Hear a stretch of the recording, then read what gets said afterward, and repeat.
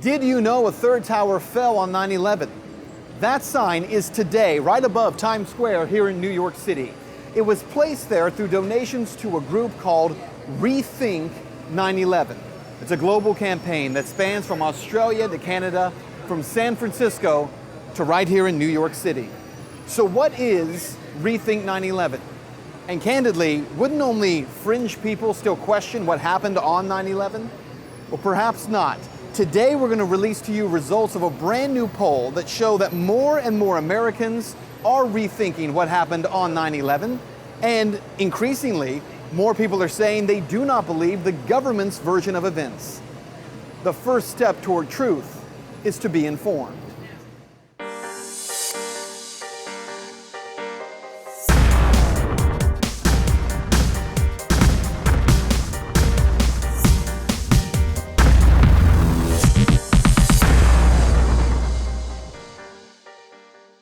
Today here at Ground Zero in New York City, there stands a new North Tower, sometimes called the Freedom Tower, and a new Building 7, sitting approximately where the old Building 7 once stood. Americans have also promised to never forget what happened September 11th, 2001, along with the rest of the world. But to not forget does not mean that we do not rethink what we've been told.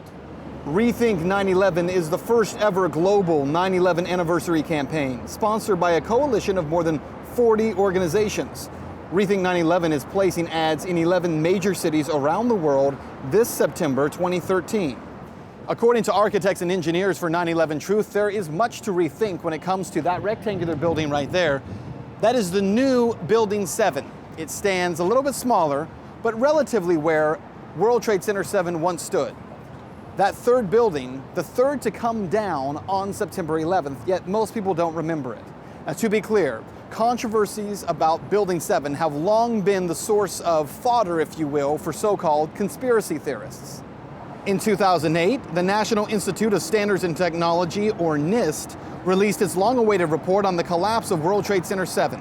The lead investigator, Shyam Sunder, told journalists, World Trade Center 7 collapsed because of fires fueled by office furnishings.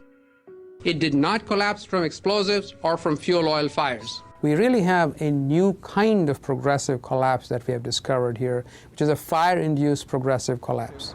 as of today, 2,000 professional architects and engineers from around the world have come out to say that the NIST claim that Building 7 came down as a result of simple office fires is not only untrue, it's not possible. What's more, that no skyscraper in history has ever come down that way. Take a look. The way Building 7 fell was without the building tipping or rocking, and that in order to fall like this, a building could only come down if all the internal columns supporting that building were to give way at the same time. Engineering is a technical field, but most of us would know this as a controlled demolition.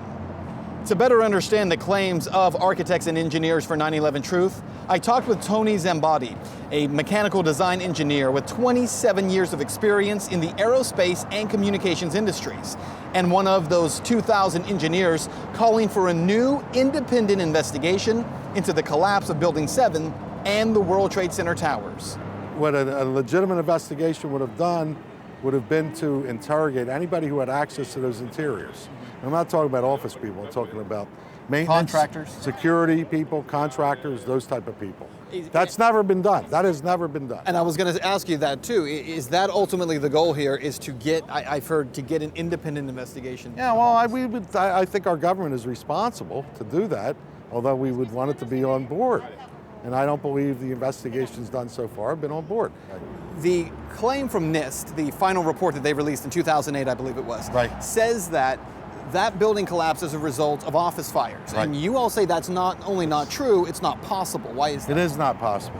The initial walk off of the girder is impossible, and I've done a finite element analysis of that, and I can show you in detail that it's impossible. The column buckling, column 79, that buckling is impossible, and the complete free fall is impossible in a natural collapse. And there is another issue of how NIST says Building 7 came down. They say it was normal office fires, but the technical explanation for that floor beams expanded because of heat and ultimately pushed a single column, column 79, off its seating. NIST says that caused the entire collapse of the building. What NIST went on to say in that report in 2008 was that the reason that column was able to be pushed off of its seating was because they said the column was unrestrained. And yet it was discovered last year in 2012, after a Freedom of Information Act request was granted, that that NIST claim was not true. The columns were restrained. In fact, there were 3,896 shear studs holding those columns in place. So this has never happened. This would be the first time this has ever happened. They say it's the first one that's ever happened. It's ever happened. They say thermal expansion caused it. When I say caused it, is they took out the complete core for 8 full stories. And that pulled in the exterior, and in a controlled demolition, when you have a core and an exterior, and you take the core out, it pulls in the exterior and it comes down. What happens if you leave half of them? So if it's not a controlled demolition, if you just have a failure of half the columns, You'd have a partial collapse.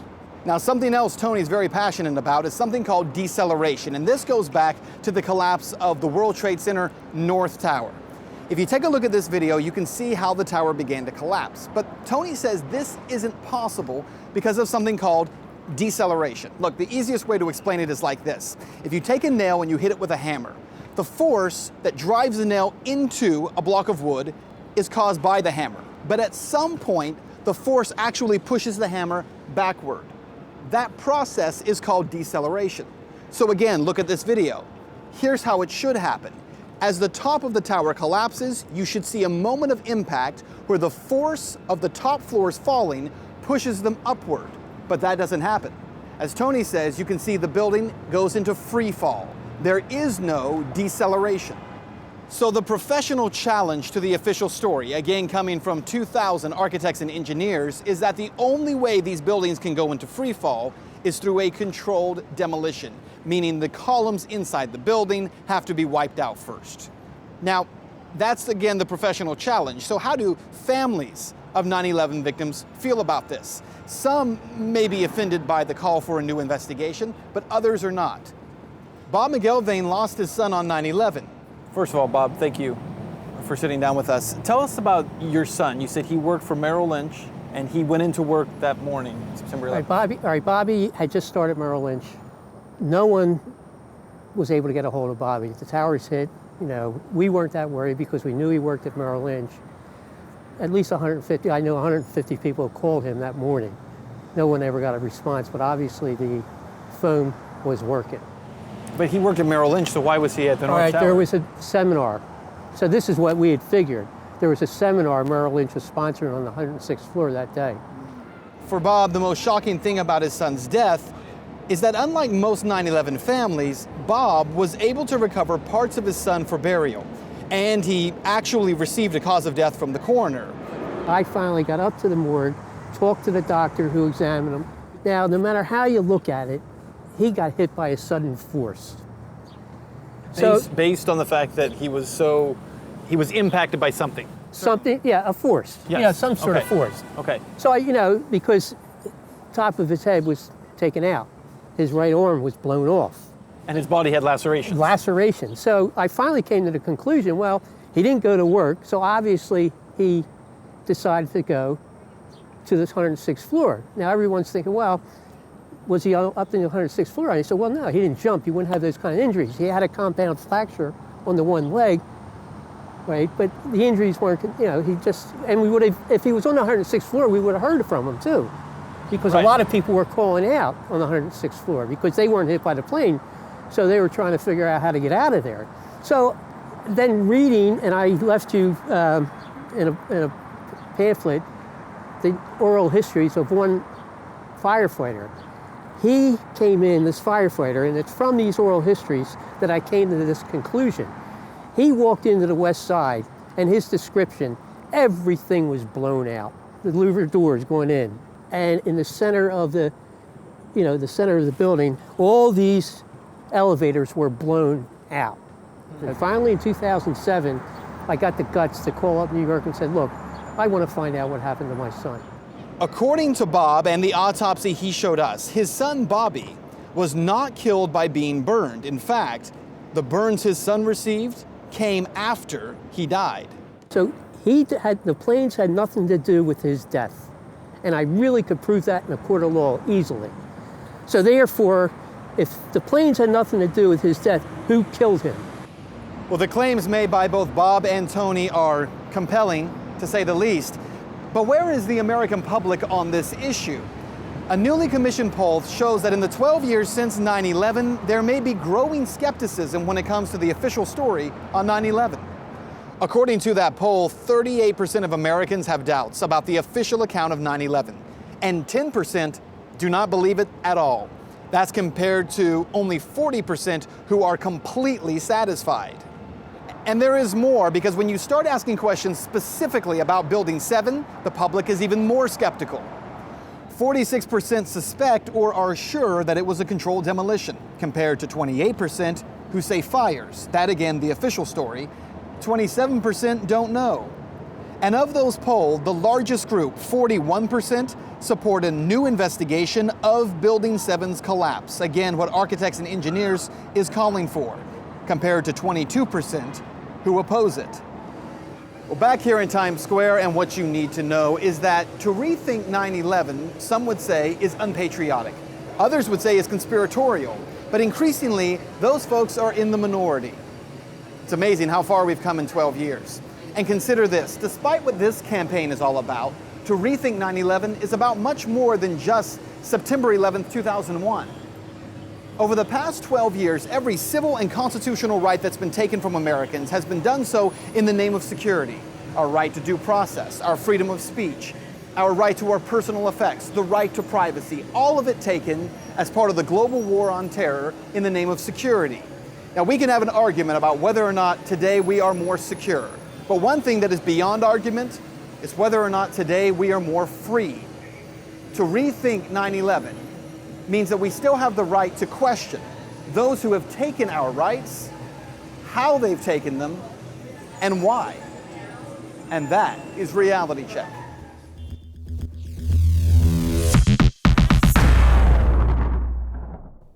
Well, now that you've been informed, it's time to get engaged. Go right now to benswan.com. There you're going to find this story where you can view it again, as well as the text of the story and the sources that we have used.